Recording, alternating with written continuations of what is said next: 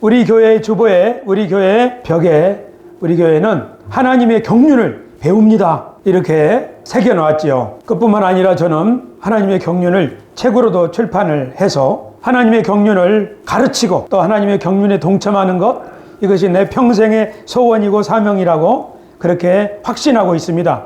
저는 만나는 사람들마다 하나님의 경륜을 가르치고 전하고 있습니다. 저는 오늘 설교를 통해서 하나님의 경륜에 붙잡힌 사람들이 어떻게 사는가 설교하겠습니다. 하나님의 경륜에 붙잡혔다 하는 말은 이게 하나님의 뜻이로구나 하고 분명하게 깨달았다는 뜻입니다. 하나님의 뜻을 깨달은 사람들은 그냥 오대산에서 돌을 닦다가 깨닫는 게 아니고 성경 말씀을 읽다가 성경을 통해서 하나님의 뜻이 이것이로구나 하고 깨닫게 되는 것이지요. 그렇기 때문에 하나님의 뜻, 그것을 깨달은 사람들은 그냥 무당이 점 보듯이 그렇게 말하는 것이 아니라 성경을 펼쳐서 하나님의 뜻이 이것입니다 하고 소개하는 것이지요. 그렇기 때문에 설교도 하나님의 뜻을 성경 말씀을 통하여 설명하는 것이기 때문에 설교도 하나님의 말씀을 대언하는 것이고 또 하나님의 말씀이라고도 우리는 볼 수 있습니다. 하나님의 말씀을 선포하는 것이지요. 하나님의 경륜을 깨달은 사람들은 성경을 통해서 하나님의 경륜을 설명하죠. 오늘 저는 그 가장 대표적인 인물로 우리 주 예수님을 소개하려고 합니다. 예수님께서는 하나님의 뜻을 분명하게 깨달으셨습니다. 하나님이 이것 때문에 나를 세상에 보내셨구나. 예수님이 이렇게 공적인 사역을 시작하셨을 때 그의 나이는 30살이셨습니다. 예수님은 30살에 드디어 세례 요한에게 세례를 받으시고 나서 고향 나사렛으로 가셨죠. 예수님이 태어나신 곳은 베들레헴이지만 예수님이 자라나신 곳은 나사렛이죠. 그래서 나사렛을 예수님의 고향이라고 하는 거죠. 나사렛이 예수님의 고향이란 말은 예수님의 어린 시절을 나사렛에서 성장했다는 뜻이지요. 예수님은 나사렛의 회당에 출석하시고 하셨겠죠. 그래서 예수님이 어린 아이였을 때 동네 아이들이 예수님을 뭐라고 불렀겠어요? 예수님 이렇게 불렀겠어요? 안 했겠죠? 예수야 놀자 이렇게 불렀겠죠? 마리아는 뭐라고 불렀겠어요? 예수 밥 먹을 시간이야 이렇게 불렀겠죠. 동네 사람들은 예수님을 뭐라고 불렀겠어요? 저 목수의 아들 요셉 아니야? 근데 가만 보면 아버지하고 안 닮은 데가 있어. 좀 특이해. 이런 말도 했을 줄로 압니다. 그렇게 예수님이 나사렛 자기 고향에서 성장하셨죠.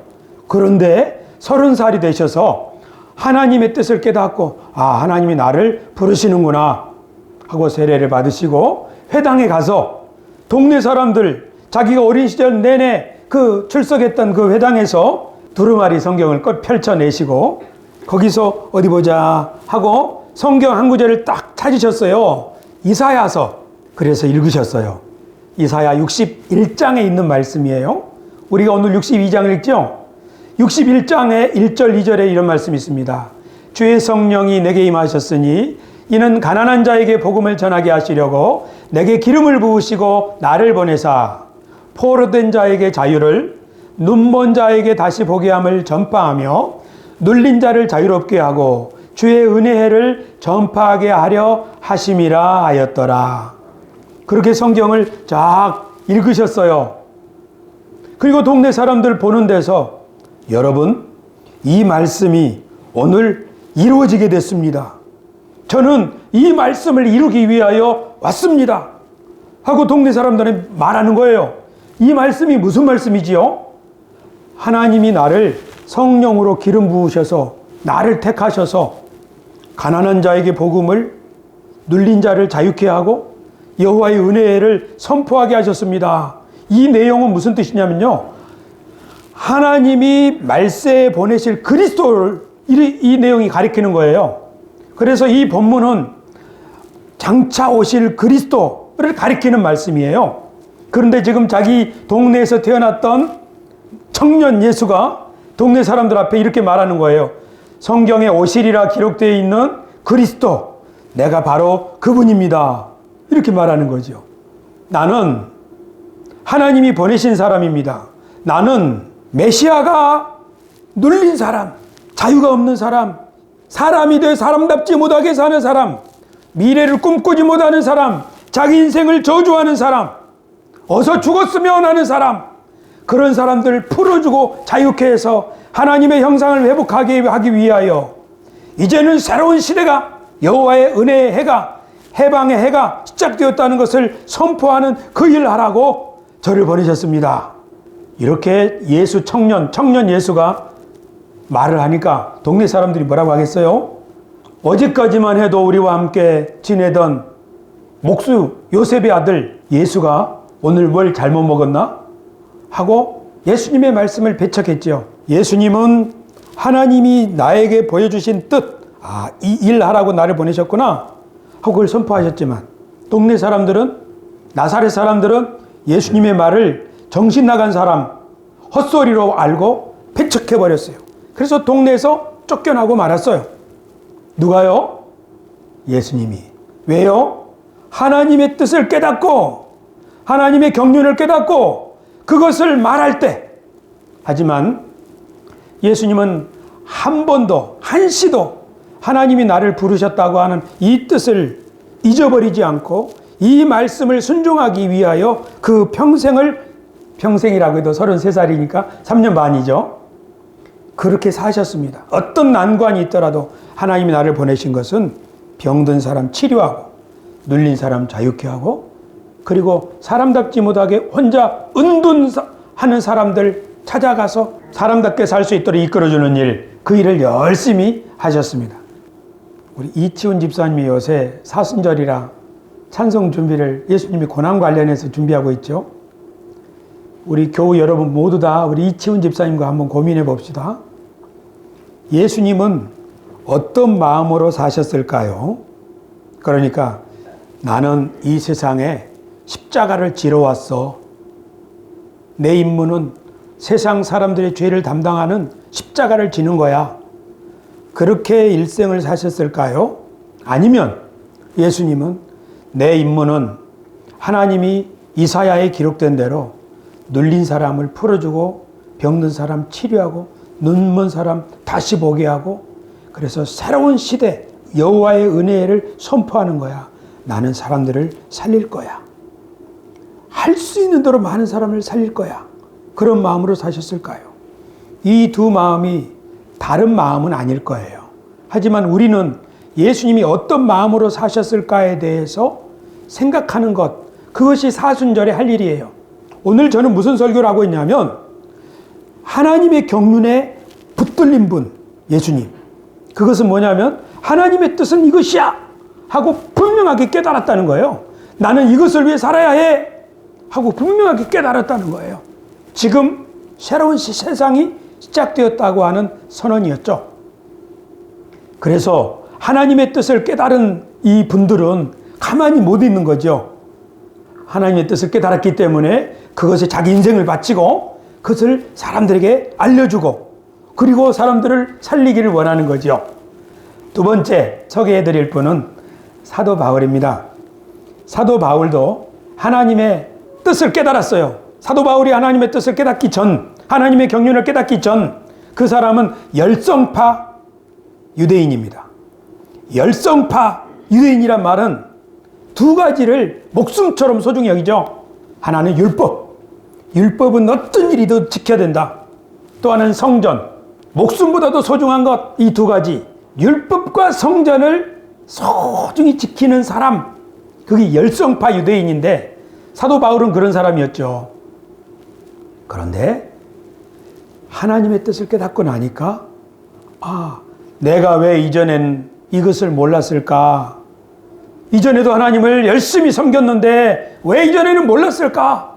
아마 그렇게 생각했을 겁니다.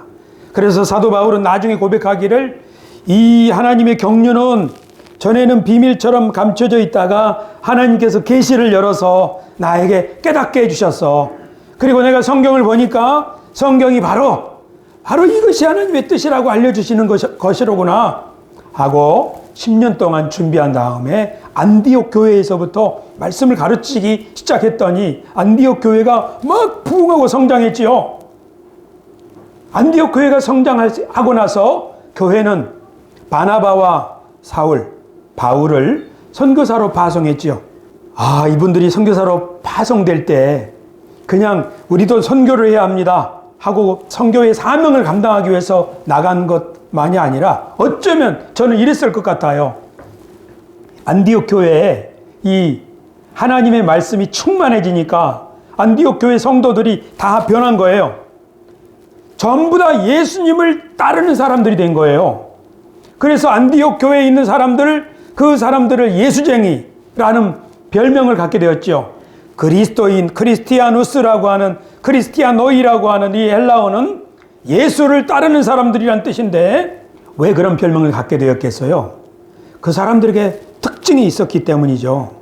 안디옥 교회에 사는 사람들, 그리스도인들은 예수님처럼 하나님이 자신들을 부르셔서 눌린 사람을 자유케 하고 가난한 사람을 도와주고 하나님이 우리에게 새로운 인생을 주셨다고 하는 은혜를 선포하는 예수님처럼 새로운 기쁨, 새로운 확신으로 사는, 그래서 크리스티아노이, 그리스도인 예수쟁이라고 한 거죠. 제가 우리 새소망 교회에 바라는 바가 바로 이겁니다. 하나님의 상속자로서의 품격과 실력을 갖추기를 바라는 게 이거예요. 우리 교회도 그렇게 될 것입니다.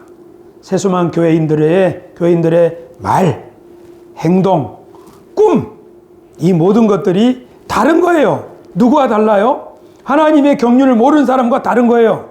그러니까 바나바와 사울을 파송한 이유가 이거 우리만 알아서 되는 것 아니지 않습니까?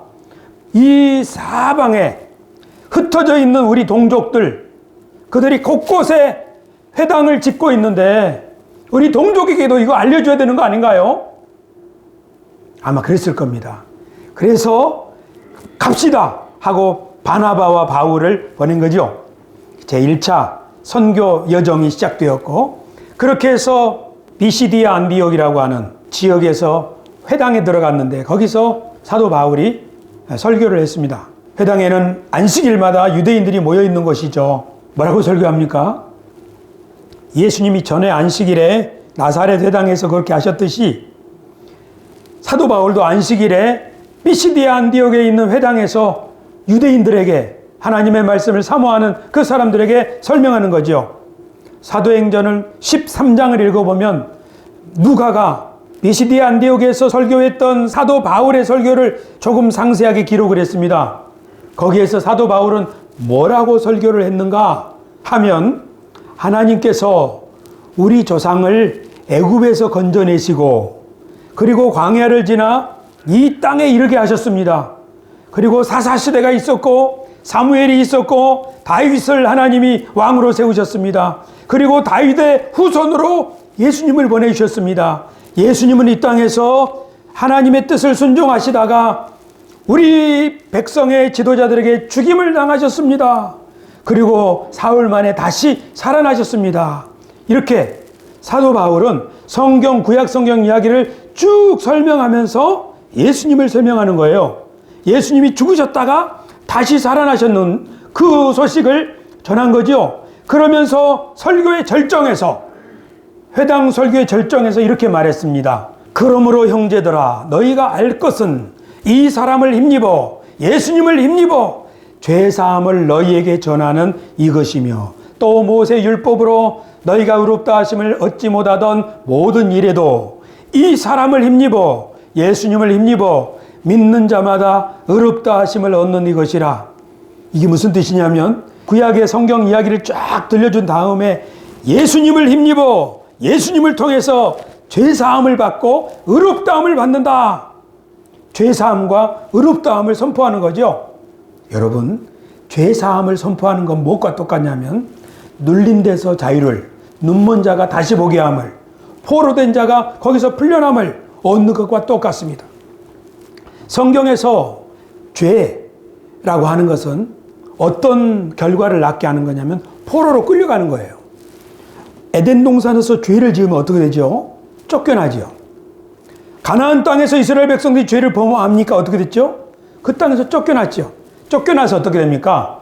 다른 나라에 포로 생활하고 땅도 잃고 모든 재난이 시작된 거죠.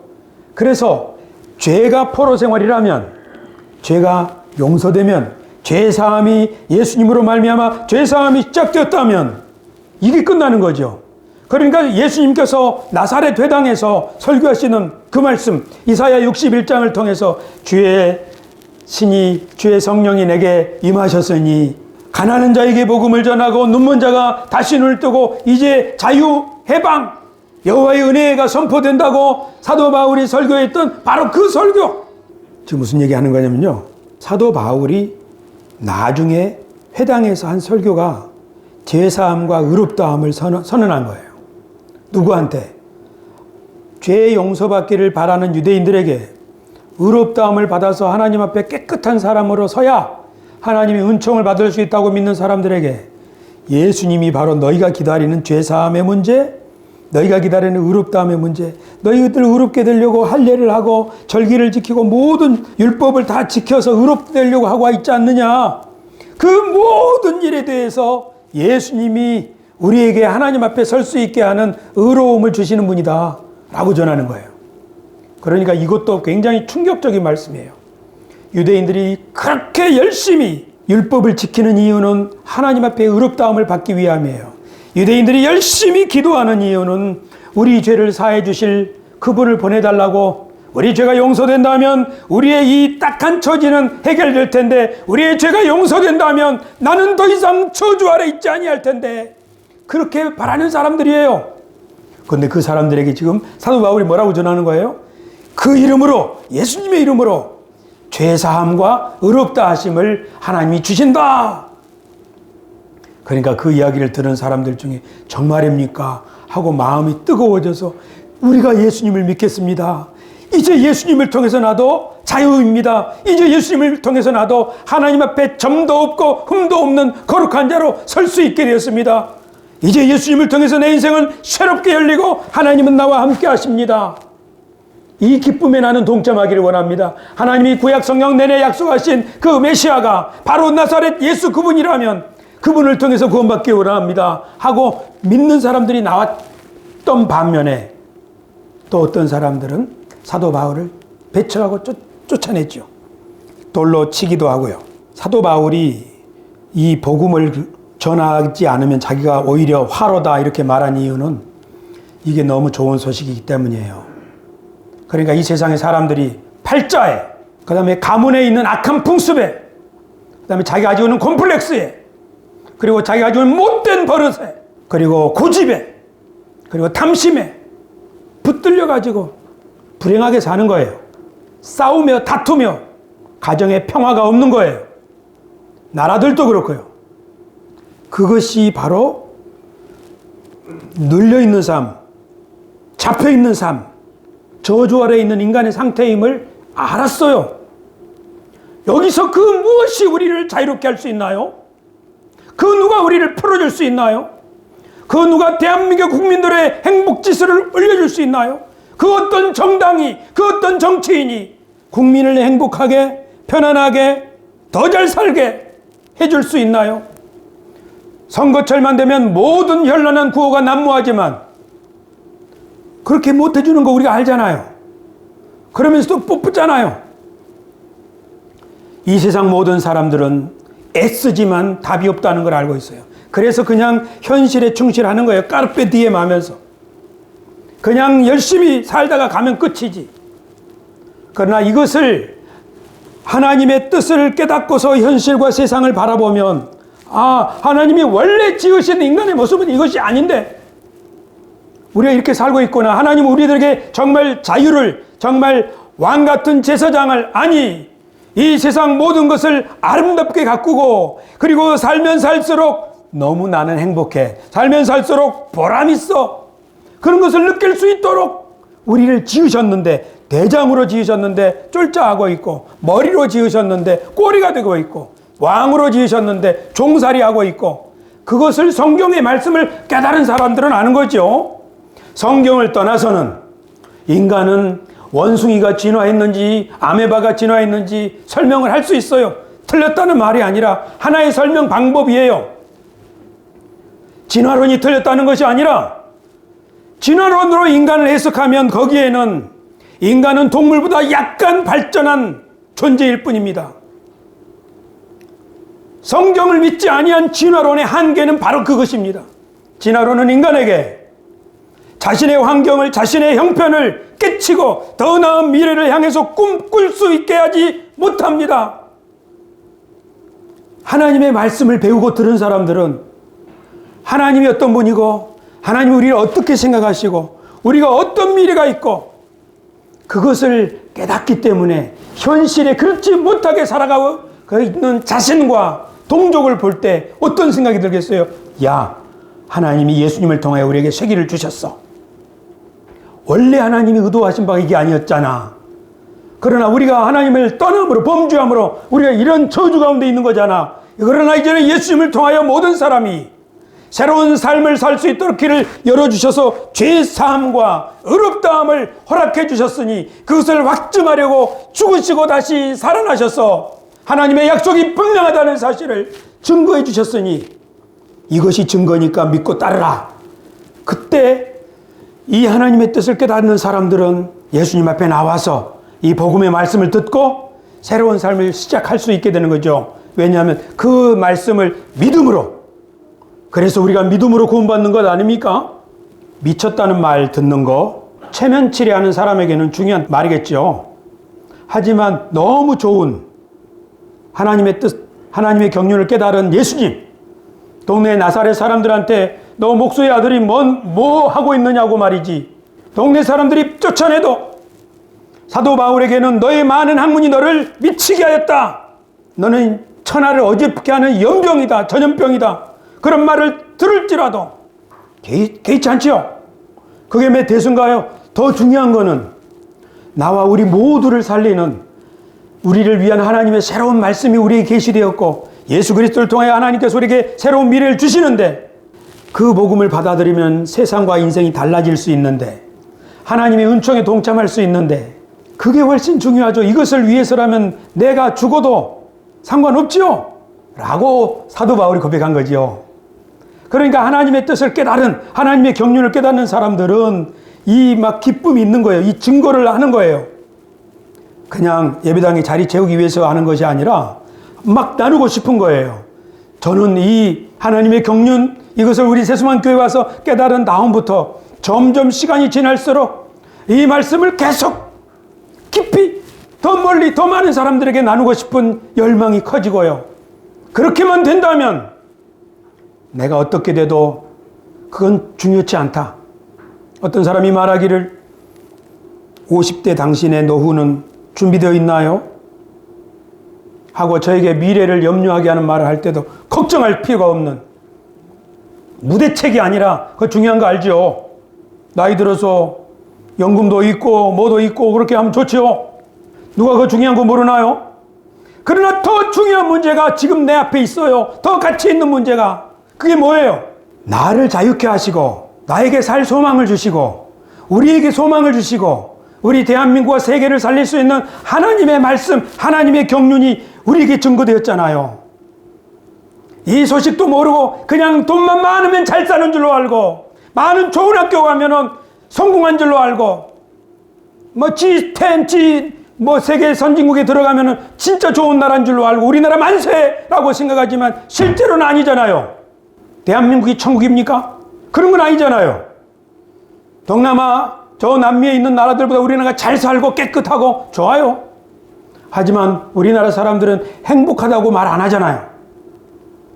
이게 사람답게 사는 거라고 말 안 하잖아요. 다 속고 있어요. 뭐 때문에 속아요? 돈 때문에 속아요. 어떤 나라보다 조금 더 국력이 세다고 우쭐거리고 속아요. 이게 사는 거예요? 오늘 우리 권사님 기도처럼 지진으로 나라가 패망이 된 그 나라를 위해서 안타까워하고 고통받는 사람을 위해서 함께 울어주고 그걸 나누고 그렇게 하는 게 사는 거잖아요.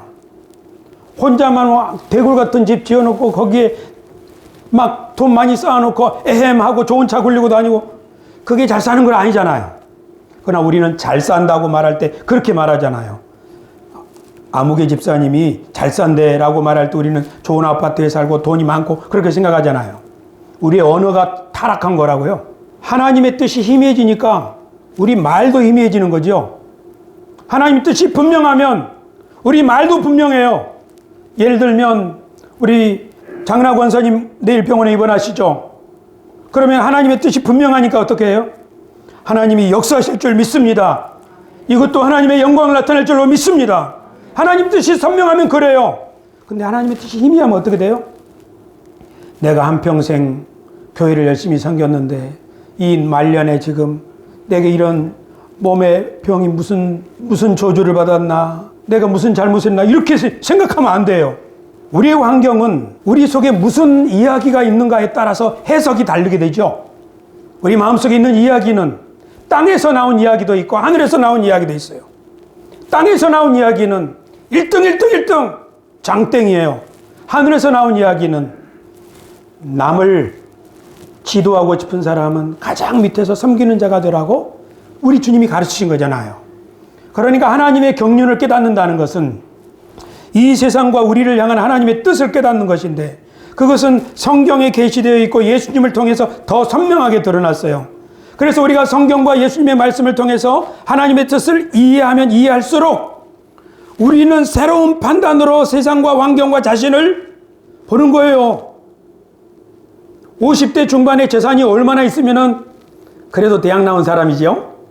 그런 낮은 차원의 생각이 아니라 재산으로 인간의 성패, 성공과 실패를, 가치를 따지는 것이 아니라 당신의 인생은 행복합니까? 당신 앞으로 뭘 위해 살고 싶습니까? 제가 주중에 박인자 집사님과 국찬 집사님 식사하면서 대화를 할 때 이 질문을 했어요. 당신 남은 인생 어떻게 살고 싶습니까? 그랬더니 대뜸 목사님은 어떻게 살고 싶으세요? 그래서 제가 이렇게 살고 싶다고 이야기를 했어요. 참 소박한 꿈이네요. 그러나 이 소박한 꿈을 가지기가 쉽지 않습니다. 그러면서 한 사람 한 사람 자기 꿈 이야기를 하더라고요. 나는 50, 60 평생을 이렇게 살아왔는데 남은 세상에서는, 남은 평생은 이렇게 좀 살고 싶습니다. 그래서 그 제 이야기를 듣고, 야, 정말 좋습니다. 나는 당신이 그렇게 살 수 있기를 기도하고 응원하겠습니다. 그런데 제가 그렇게 할 수 있을지 모르겠어요.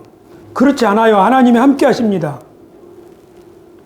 그리스도인들은 한평생을 살아왔으면 그 한평생에 대해서 새로운 눈으로 해석하는 거예요. 아무리 힘든 환경에서, 아무리 박복한 인생, 나는 왜 이렇게 복이 없는가, 그렇게 전에는 바라보았을지라도 하나님의 뜻을 깨닫고 나면, 쉬운 말로 은혜를 받고 나면 우리 과거가 다시 보여요. 그리고 우리 미래도 다시 보이는 거죠. 이렇게 하도록 하는 게 하나님의 뜻, 하나님의 경륜이에요. 그러니까 하나님의 말씀을 사모하고 하나님의 말씀을 열심히 배우고 또 설교 말씀을 잘 듣고, 그런 사람들에게는 하나님이 새로운 빛을 비춰줘가지고 그 속에 새로운 꿈, 새로운 눈 열어주신다고요. 근데 이런 사람들이 기도를 시작하면 하나님께서 그래, 네 마음과 내 마음은 똑같다 하고 하나님의 마음과 자기의 마음을, 똑같은 마음을 주셔요. 동의하시면 아멘. 우리 이채훈 집사님, 주님 마음 내게 주소서, 이 찬송 있죠? 주님이 어떤 사람에게 그 마음을 주시면요, 이 사람은 마치 내가 하나님과 하나인 것처럼 기도도 하고 말도 해요. 그리고 자기 백성을 축복하지요. 오늘 이사야가 그랬어요. 이사야 62장에서 이렇게 말했는데, 여러분 이 이사야의 말씀을 한번 들어보세요. 이것은 이사야가 하나님과 똑같은 마음이라는 걸 알 수 있어요. 제가 읽겠습니다. 공동 번역 개정판입니다. 시온을 생각할 때, 이 시온이라는 자기 나라, 자기 백성이에요. 그러니까 이제 예를 들면 세수만 교회를 생각할 때 이 말이에요. 또 다른 말로 하면은 우리 가문을 생각할 때 이 말이에요. 그러니까 누군가가 자기 위하여 기도하는 대한민국을 생각할 때 이 말이에요. 그런 뜻입니다. 시온을 생각할 때 나는 잠잠할 수가 없다. 예루살렘을 생각할 때 나는 가만히 있을 수가 없다. 그의 정의가 동토하고 그의 구원이 횃불처럼 타오르기까지 어찌 잠잠할 수 있으랴? 마침내 뭇 민족이 너의 정의를 보고 모든 제왕이 너의 영광을 보리라. 야훼께서 몸소 지어주실 새 이름, 사람들이 그 이름으로 너를 부르리라. 너는 야훼의 손에 들려있는 화려한 관처럼 빛나고 너의 하나님 손바닥에 놓인 왕관처럼 어여쁘리라.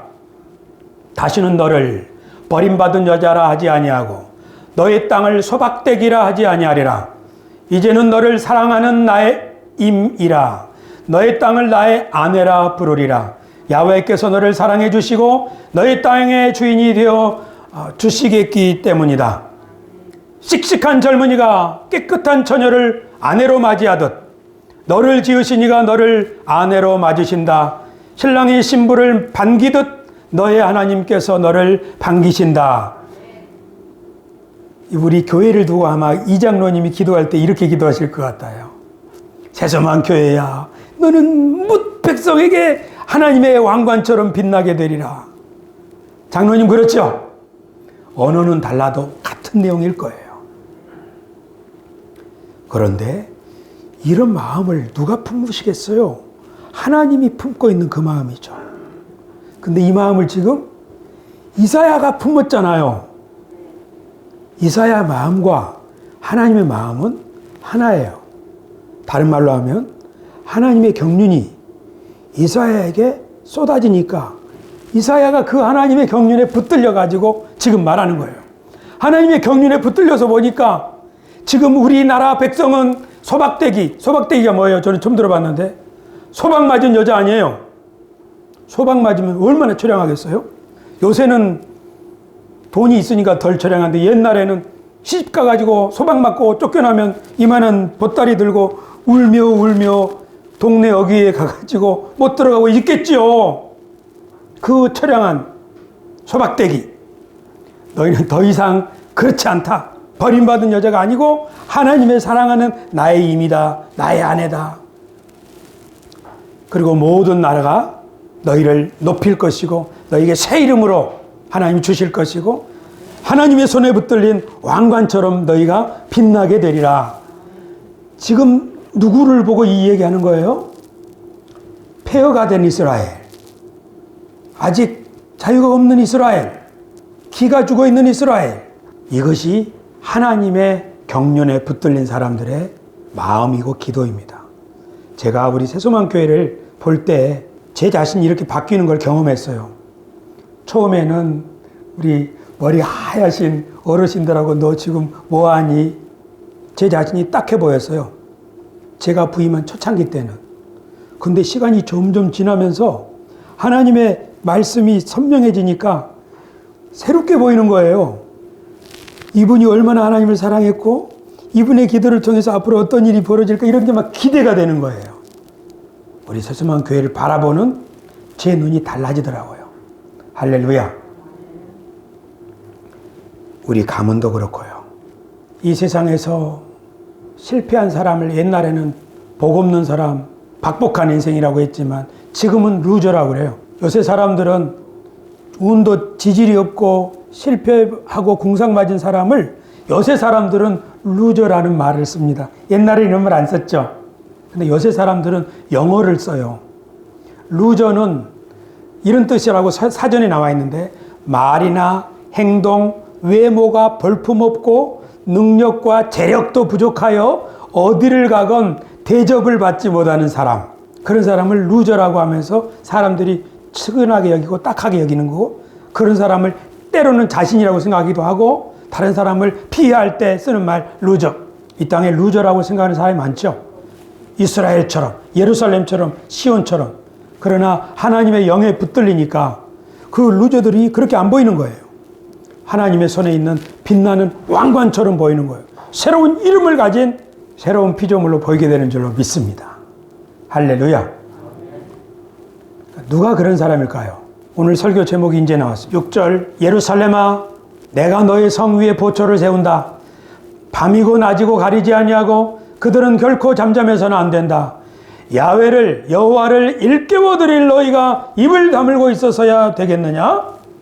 하나님께서 가만히 못 계시게 예루살렘을 기어이 재건하시어 세상의 자랑거리로 만드시게 하여라. 누가 이렇게 해야 된다는 거예요? 하나님이 쉬지 못하시게 깨워드리는 사람, 그 사람 보초를 세우겠다는 거예요. 예루살렘 성에 보초를 세우겠다는 거예요. 아마 어쩌면 자기가 그 보초인지도 몰라요. 하나님이 쉬지 못하게 깨워야 한다는 거죠. 근데 사실 하나님을 우리가 깨울 필요는 없어요. 왜냐하면 성경에 보니까 하나님은 졸지도 아니하시고 주무시도 아니하시잖아요. 근데 하나님이 쉬신다는 말씀이 있어요. 하나님 언제 쉬셨죠? 하나님이 세상을 창조하시고 제7일째 된 날 하나님이 쉬셨더라. 안식하셨어요. 하나님은 일하셔요. 창조하시죠. 근데 7일째 되는 날은 이제 다 쉬셨어요. 일을 그만두고. 근데 하나님이 다시 일어나서 일을 해야 되는 환경이 생겼어요. 왜 그래요? 동산지기로 세워놓은 인간이 하나님을 배반하고 동산에서 쫓겨나니까 어떤 일이 생겼나요? 땅은 가시와 엉겅퀴가 나고 사람들은 서로 미워하고 죽이고 막 세상이 혼란스럽게 되는 거지요. 공허하고 혼란하고 흑암이 가득한 상태, 창조 이전의 상태로 돌아가 버린 거예요. 그래서 하나님이 다시 내가 세상을 새롭게 하리라. 다시 질서를 다시 밝게 하고 그렇게 하기 위해서 하나님이 다시 일어나서 일을 하시는 거예요. 성경은 하나님이 일하신 것을 기록하셨는데 어떤 일을 하셨나요? 아브라함아 이리 와라. 노아야 이리 와라. 모세야 이리 와라. 이스라엘아 이리 와라. 나와 언약을 맺자. 내가 다시 한번 너희를 통하여 세상을 새롭게 하겠다. 하고 하나님이 일을 하시죠. 그러니까 하나님은 사실은 깨울 필요는 없는 분이에요. 하나님이 이 세상을 복되게 하는 일은, 그러니까 말하자면 이사야가 시온과 예루살렘에게 하나님 복을 주옵소서 하는 그 마음보다 하나님이 더 큰 마음으로 내가 시온과 예루살렘에게 복 주기를 원한다. 그런 마음을 가지고 있겠지요. 동의하시면 아멘. 주중에 성동구청에 신우회원들과 함께 식사를 했는데 이제 분위기가 좋아져서 회식을 한번 했어요. 회식하면서 저에게 이렇게 말하는 거죠. 아이고 우리가 목사님을 너무 괴롭게 해드리는 것 같아요. 그랬더니 옆에 있는 분이 아이고 목사님은 즐거움으로 이 일을 하시니까 그렇지 않을 거예요. 그러는 거죠. 제가 뭐라고 했겠어요? 저는 마음이 기뻤어요. 왜 기뻤냐면 신우회 회원들이 성동구청의 복음화를 위해서 일을 하면서 우리가 목사님을 잘 활용합시다. 그런 얘기를 하니까 저 기뻤어요. 그러면서 이런 생각을 했어요. 여러분들이 성동구청의 복음화를 위해서 사모하고 원하는 소원이 있겠지만 나도 여러분 못지않는 열정과 사모함으로 기도하고 있습니다. 그러니까 어때요? 이분들이 저를 괴롭게 하는 것은 괴롭게 하는 게 아니죠. 오히려 제가 원하는 바이지요. 하나님도 마찬가지예요. 하나님을 쉬지 못하시게 한다. 그래서 성전 아마 위에서, 성 위에서 보초를 세워가지고 아니면 이사야 자신이 하나님, 아브라함의 하나님, 하나님, 이스라엘을 제사장 나라로 세우신 하나님, 하나님, 머리가 되고 꼬리가 되지 않겠다 하는 하나님, 열방을 유업으로 주시겠다고 하신 하나님 하고 외치겠지요. 주님의 약속대로 시온을 영화롭게 하소서 하고 외치겠지요. 그러면 하나님께서 그 말씀을 들으시고 벌떡 깨어나실까요? 아마 그러시기도 할 거예요.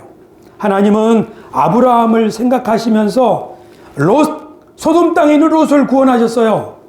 하나님은 노아를 생각하시면서 홍수가 물러가게 하셨어요. 하나님은 어떤 사람을 생각하시는 분이에요. 오늘 성경 말씀에 보니까 여호와로 기억하게 하시는 너희여라고 말씀했습니다. 어떤 사람은 하나님께서 그 사람을 생각하는 거예요. 내가 아브라함을 생각해서라도 이걸 해야 되겠다. 내가 우리 장명호 권사를 생각해서라도 내가 저 집에 복을 주겠다. 하나님은 어떤 사람의 기도를 들으시고 어떤 사람의 소원을 들으시고 그를 생각하셔서 그래서 지금 이사야가 말하는 거죠. 여호와로 기억하게 하시는 너희 파수꾼들에게 하는 얘기예요. 우리 세수만 교회는 하나님 앞에 하나님을 기억하게 하시는 기도회가 수요일 금요일 날 있어요. 그러나 여러분들은 각 가정에서도 그렇게 할 수 있어요. 하나님하고 우리 교회를 생각하면서 기도하는 사람을 하나님께서 보시고 아브라함과 언약을 기억하시고 이스라엘 애굽에서 구원하시잖아요. 우리가 대한민국을 생각하면 대한민국을 위해서 기도하면 하나님께서 우리를 생각해서 대한민국을 세워주신다. 그것이 그분이 하나님입니다. 그러므로 어떤 사람이 하나님의 대리인들이에요? 하나님으로 하여금 기억하게 하시는 사람. 그래서 우리들이 하나님 앞에 기도하는 특권을 받은 사람들인 줄로 믿습니다. 할렐루야. 기도는 바로 그런 거예요. 하나님이 우리를 기억하시는 거라고요. 좋아요. 기도는 하나님이 우리 기도를 들으시는 거예요. 하지만 기도할 때 하나님이 들으시겠죠? 하지만 기도할 때 제가 듣고요. 저와 기도하는 권사님들이 듣고요. 어떤 날은 제 아내가 제 기도를 들어요. 제가 기도할 때 제 아내가 울었대요. 왜냐하면 제가 기도할 때 통곡을 하니까. 요새는 안 하지만 어떤 날은 제가 기도하다가 막 통곡을 해요. 그러면 저 뒤에 있는 박혜자 사모님이 혼자가 졸면서 기도하든지 몸을 막 흔들고 기도하다가 남편이 우니까 자기도 우는 거죠. 기도는 하나님을 깨우는 작업이기도 하지만 기도는 우리를 깨우는 거예요. 사실은 여호와로 쉬지 못하게 잠들지 못하게 하는 기도지만 사실은 우리를 잊어버리지 말라는 거예요. 뭐를? 하나님이 우리를 향한 계획을. 그런데 우리 모두가 공통적으로 느끼는 것은 예배당만 나가면 우리는 잊어버려요. 뭐만 보여요? 내 딱한 형편만 보여요. 그래서 파수꾼이 쉬지 않고 외쳐야 돼요. 하나님 하고 외치든지 아니면 사랑하는 자여 하고 외치든지. 우리의 이 기도가 그치면 그는 믿음을 잃어버리기 시작할 거예요. 우리의 이 기도가 그치면 세수만 교회도 성장을 못합니다. 그러나 우리가 이 기도가 그치지 아니하면 하나님께서도 쉬지 않고 일을 하실 것이고 또 우리들도 하나님이 하늘에 비를 예비하시는 것을 맞을 준비하는 거예요. 그래서 부흥회를 앞두고 작정 기도를 하는 게 그 그릇 준비하는 거잖아요. 부흥될 교회는 그래서 합심 기도가 있는 거잖아요. 손 놓고 있고 기도회가 없으면 그 교회는 부흥할 수가 없죠. 어떻게 부흥해요? 하나님은 부흥을 주고 싶지만 받을 그릇이 없는데. 그렇죠? 그래서 우리는 항상 깨어 기도하고 모여 기도하고 합심해서 기도하고 교회를 위해서 기도하고 가문을 위해서 기도하고 자손을 위해서 기도하고 나라와 민족을 위해서 기도하고 기도하면 하나님이 그래 내가 너 때문에 내가 이걸 기억하리라 하고 말씀하실 줄로 믿습니다. 우리가 그런 특권을 가진 사람들이라고요. 우리가 도대체 누구길래 하나님이 우리에게 이런 약속을 하시는 거예요. 하나만 더 마지막 이 구절입니다. 이사야 62장 10절 11절인데요. 나아가라. 성의 이문 저문을 지나 나아가라. 하나님의 백성이 올 길을 닦아라. 큰 길을 닦고 또 닦아라. 걸림돌을 치워라. 뭇 백성 앞에 깃발을 높이 올려라. 이것이 파수꾼에게 주는 명령이에요. 하나님께서 일하셔서 사방에서 자기 백성을 데리고 오실 텐데 그 백성이 오는 길을 준비하라는 거잖아요. 길을 닦으라는 거잖아요.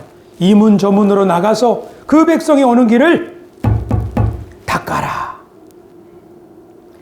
그러니까 하나님의 경륜에 사로잡히면 성경을 통해서 막 그것을 누구에게 전하고 싶다 하죠. 미쳤다는 말 들어도. 그리고 하나님의 경륜에 사로잡히면 하나님과 내 마음이 그냥 하나가 되어가지고 자기 백성과 자기 환경을 새롭게 바라보죠.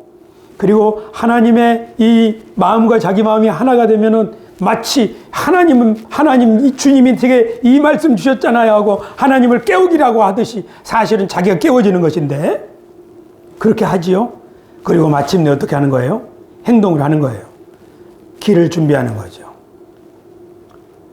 새로운 사람들이 올 수 있는 길을 닦는 거죠. 걸림돌을 제거하는 거죠. 우리 가정에 하나님이 복을 들고 오실 텐데 길을 닦아야죠. 하나님은 우리 교회에 우리 대한민국에 복을 들고 오실 텐데 길을 닦아야죠. 이런 나라가 잘 되는 나라 아니에요? 이런 가문이 잘 되는 가문 아니에요? 맨날 교회만 왔다 갔다 하면 뭐예요? 하나님 마음도 모르고 하나님 자기를 얼마나 소중하게 생각하는지도 모르고 하나님이 지금 당장 문을 열고 들어오시려고 내가 속히 오리라 하잖아요. 우리 교회도 하나님 그렇게 영혼들로 많이 되게 하시고 우리 가정에도 그렇게 복을 주실 줄로 믿습니다. 그래서 우리 금년표가 뭐예요? 아멘. 주 예수여 오시옵소서. 할렐루야. 한번 시작. 아멘. 주 예수여 오시옵소서. 저는 예수님이 막 10명, 20명 성도들 데리고 저 대문으로 들어오시면 좋겠어요. 할렐루야. 나는 우리 예수님이 성도 여러분 가정에 아들, 딸, 며느리 막 손잡고 들어오시면 좋겠어요. 할렐루야. 나는 우리 예수님이 여러분의 사업장에 막 재물이 넘치도록 하는 그 물질을 가지고 들어오셨으면 좋겠어요. 그러려고 하나님이 말씀하시는 거잖아요. 내가 속히 오리라. 근데 우리는 어떻게 해요? 아멘 주 예수 오시옵소서 하고 마당도 닦고 대문도 정리하고 해야죠. 그렇게 하면 어떻게 했어요? 기쁨이 충만할 줄로 믿습니다. 할렐루야. 예, 이것이 우리 예수 믿는 사람들이 받을 수 있는 큰 축복입니다. 뭐 이 축복 가지고 이 약속을 가지고 우리 한 주간 살아봅시다. 기도하겠습니다. 존귀하신 아버지,